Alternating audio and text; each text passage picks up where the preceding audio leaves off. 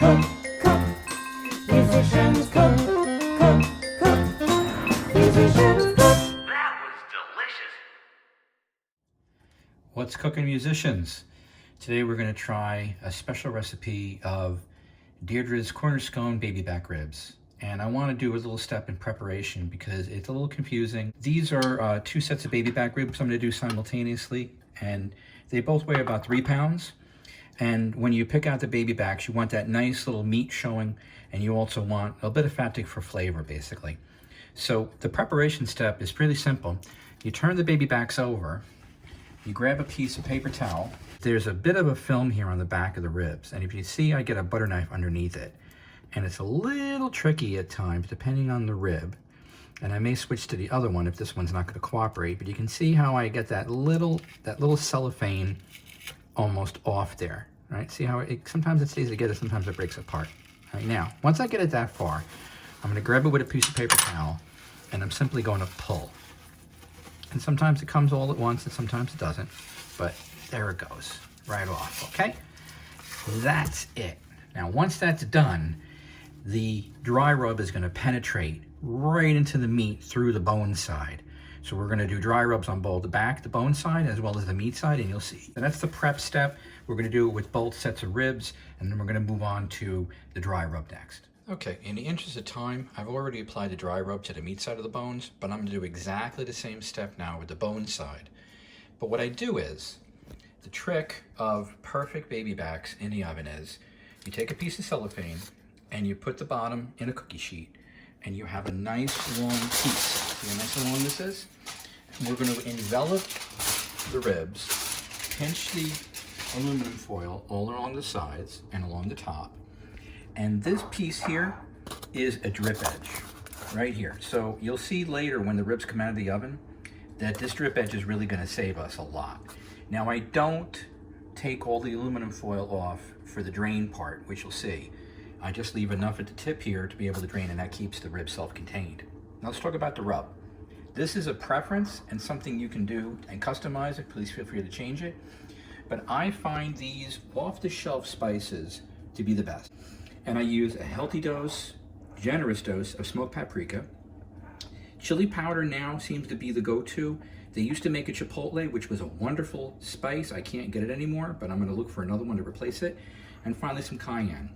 So if you see, I take the smoked paprika, and here's my ribs, right? So I'm going to basically be really, really generous, okay? I'm really, really going to put that all over the ribs. And again, I've already done the meat side, right? And you notice that these are bone side up. So I want to make sure that they're completely covered with the smoked paprika. So there's the smoked paprika, okay? Nicely covered all the corners. Now, I like a little spice, so I take my chili powder and I simply do the outside, like so. And again, could be chipotle as well. And again, this is around the outside. And again, this is my rub, right? You can make this your own. And finally, I take that bit of cayenne I have, right? And that goes right down the heart, right down the center with the cayenne, okay? There we go. Now, they call it a rub.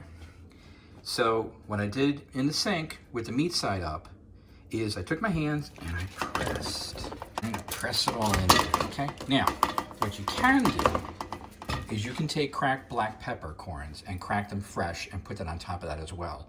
I've tried salt, but I find it has a tendency to dry the corners out. So once this is done, I'm going to take this envelope and I'm going to put it over, and I'm going to try to show you it in the next little part of this segment, what it looks like once it's all contained inside the envelope. The secret of oven baby back ribs is they must be completely covered and it's sealed as best you can with the aluminum foil. And I try to use heavy duty aluminum foil. This is more of a medium weight, but the heavy duty for the barbecue is the best, I find.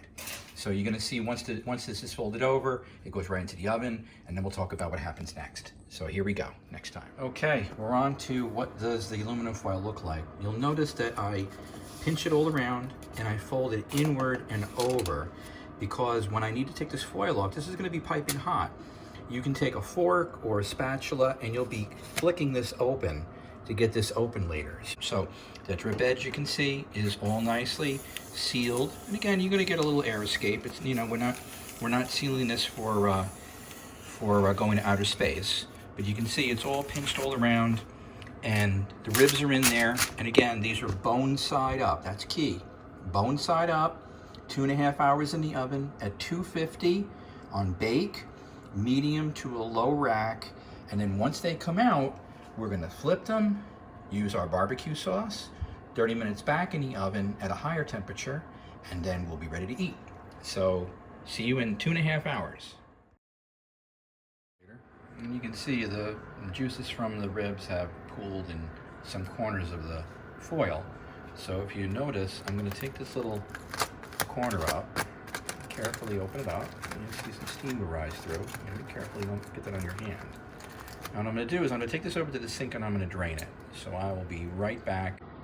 Okay, so the ribs have been drained, and the foil I clipped off the end, and basically has have the base now in foil. You can see the ribs are beautifully pulled away from the bone. Now, here's the part where you can pick your favorite barbecue sauce. I like to use Sweet Baby Ray's, especially the sweet and spicy one. And you can make your own and try that. What I'm going to do is I'm going to show you on one rib, and in the interest of time, I'll come back after we have turned them, because we're going to now put them back in the oven for 30 minutes at 325. And we are going to let this bake in, let this barbecue sauce bake in. You can see the ribs are just in great shape here. And this will caramelize beautifully back in the oven at 325 for 30 more minutes. So I'll be back after I do both ribs, bone side first, flip it, meat side up, back in the oven for 30 minutes. And you'll see what that looks like when they come out in just a half an hour, so I'll be right back. So now the ribs are out of the oven and they're all done. We're gonna cut them into quarter racks or maybe even a half rack each, depending on the appetite, and they're pretty much finished. So that was an additional 30 minutes in the oven after the first 2.5. And while that oven was on the whole time, for the 2.5 hours, we put some sweet potatoes in. So we used the oven for two things, not only just the ribs, but a side as well. So that's the recipe. Hope you enjoy it. Musicians cook.